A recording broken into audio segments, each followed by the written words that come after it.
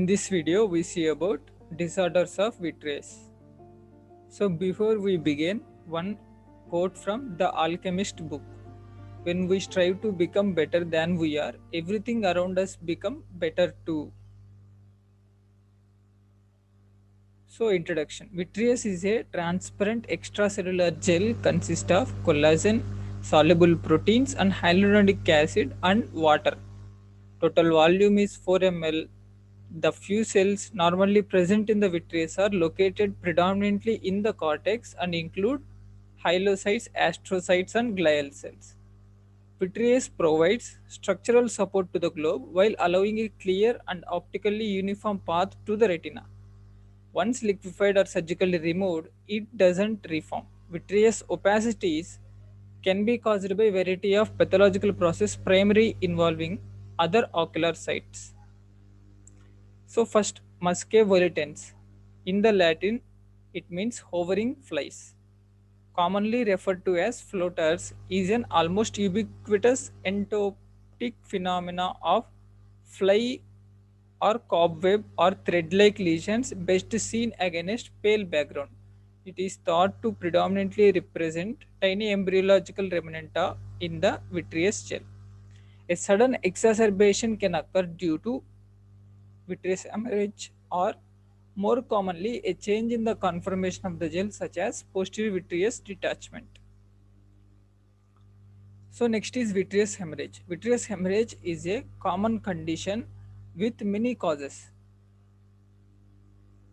Causes include acute posterior vitreous detachment associated either with a retinal tear or a avulsion of peripheral vessel, and proliferative retinopathies like in case of diabetes, retinal vein occlusion and sickle cell and Eales vasculitis, and miscellaneous retinal disorders like macroaneurysm, telangiectasia and capillary hemangioma, and trauma and systemic bleeding disorders and Terson syndrome are the causes. So symptoms vary according to the severity. Mild hemorrhage causes sudden onset floaters and diffuse blurring of vision but may not affect visual acuity, while a dense bleed may result in very severe vision loss. Ultrasound B scan in unclotted vitreous hemorrhage generally shows uniform appearance, and once cellular aggregates develop, a small particulate echoes become visible. Ultrasonography is critical in the evaluation of eyes with dense vitreous hemorrhage to exclude an underlying retinal tear or detachment. Treatment is dictated by severity and cause, but an increasingly low threshold is being adopted for early vitrectomy in cases of dense hemorrhage. So, this is intravitreal hemorrhage, like curls, streaks, or diffuse patches. This is subhyaloid, typically boat shaped. This is pre-retinal and subhyaloid thumbprint, one disc in diameter, usually in group of 3 to 8. Dark center with glistening light reflex and frayed edges. This is superficial intraretinal hemorrhage, flame shape or splinter shape. This is deep intraretinal dot blot, and retinoschissis is schist cavity surrounded by hypopigmented or hemorrhagic arc or an elevated retinal fold. And this is subretinal between photoreceptor and retinal pigment epithelium. Red blotches with round lobulated borders beneath the elevated retina, usually extensive. And this is subretinal pigment epithelial choroidal bleed, dark slate color with smooth borders surrounded by red ring. Next is Terson syndrome. Terson syndrome refers to combination of intraocular and subarachnoid hemorrhage secondary to aneurysmal rupture, most commonly arising from anterior communicating artery. However, intraocular hemorrhage may also occur with subdural hematoma and acute elevation of intracranial pressure from other causes. The hemorrhage is frequently bilateral and is typically intraretinal and or preretinal, although occasionally subhyaloid blood may break into the vitreous.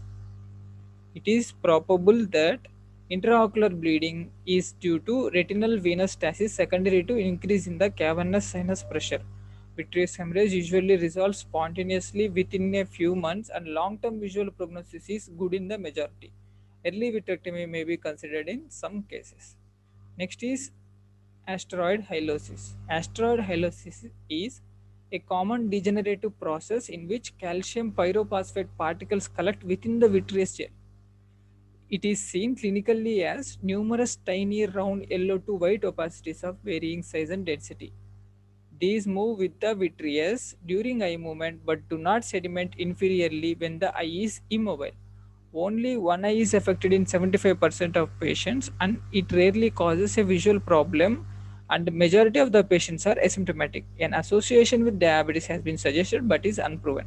The prevalence of osteohyalosis increases with the age and affects 3% of those aged 75 to 86 years. It is more common in men than women, and OCT and ultrasound shows high reflective foci. Next is Schinckitis scintillans. Occurs as a consequence of chronic vitreous hemorrhage, often in a blind eye. The condition is usually discovered when frank hemorrhage is no longer present. The crystals are composed of cholesterol and are derived from plasma cells or degraded products of the erythrocytes and lie either freely or engulfed within the foreign body giant cells. Numerous flat, golden brown refractile bodies are seen. These tend to sediment inferiorly when the eye is immobile. Occasionally, the anterior chamber may also be involved. Next is posterior vitreous detachment. It is collapse of the vitreous gel associated with photopsia and floaters. Causes are senile, myopic, post-inflammatory or post-vitreous hemorrhage or diabetes. So, posterior vitreous detachment with gel collapse and without gel collapse. PVD with gel collapse without vitreous hemorrhage, 4% develop retinal break. With vitreous hemorrhage, 20% develop retinal break. PVD without gel collapse associated with future retinal horror vitreous hemorrhage. Scaffold for proliferative new vessels. So this is vitreous gel collapse. Posterior vitreous detachment. So this is vitreous opacity. So this is vitreous gel and this is associated with retinal tear. So rhegmatogenous retinal detachment occurring RD occurring in association with the whole formation is rhegmatogenous. Incidence is 1 in 10,000 per year. Predisposing conditions are acute PVD1 and myopia and increasing age, trauma and aphakia. 1% of ICCE and 0.1% of ECCE with intact PC and vitreoretinal degeneration. Following PVD, dynamic vitreoretinal traction occur at the abnormal adhesions. This can lead to vitreous hemorrhage and traction, the energy transmission to retina. To relieve the traction, a break forms, and under the break, there will be collection of subretinal fluid resulting in retinal detachment. So that sensory retina detaches from the retinal pigment epithelium. Pigment cells may be avulsed into the vitreous, forming tobacco dust, and this predisposes to proliferative vitreoretinopathy. Retina becomes opaque due to edema, and the photoreceptor will degenerate. Types of break: horseshoe or U-shaped tear, atrophic hole, operculated, and dialysis. Dialysis involves splitting of vitreous base, usually in the temporal region, infratemporal, and can be spontaneous or traumatic. Macular hole is idiopathic or myopia or commercial retina. So giant retinal tear, it is 90 to 360 degree tear, may fold back and associated with proliferative vitreoretinopathy. Causes are trauma, myopia, Stickler syndrome. Bucket handle tears are usually supranasal and due to avulsion of vitreous base as well as traumatic. Rhegmatogenous RD symptoms are photopsia, floaters, a curtain shadow falling in front of the eye. 60% of patients with RD have all symptoms.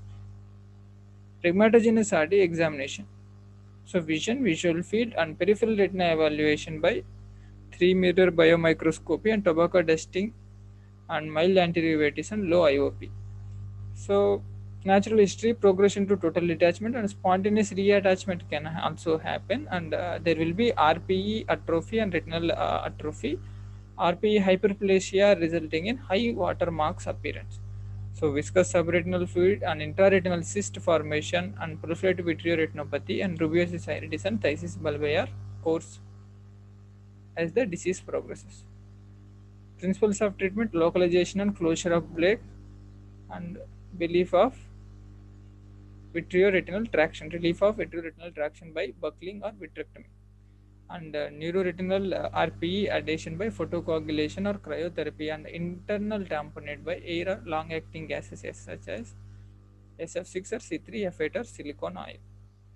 Complications of RD surgery are anterior or posterior segment ischemia, infection, perforation or erosion into the eye, and muscle imbalance, refractive changes, cataract, glaucoma, and redetachment. Vitreoretinal degenerations that are predisposing to retinal detachment are lattice degeneration present in 40% of RD, snail track degeneration, and white without pressure.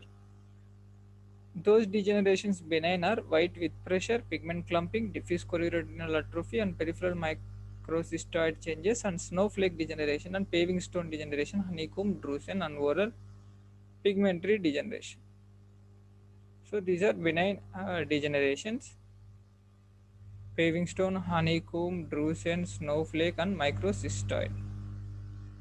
Tractional RD due to penetrating ocular trauma or proliferative retinopathy, diabetes, sickle cell retinopathy, retinopathy of prematurity, retinal vein occlusion, and Eales disease, and persistent hyperplastic primary vitreous, toxocara, and pars planitis.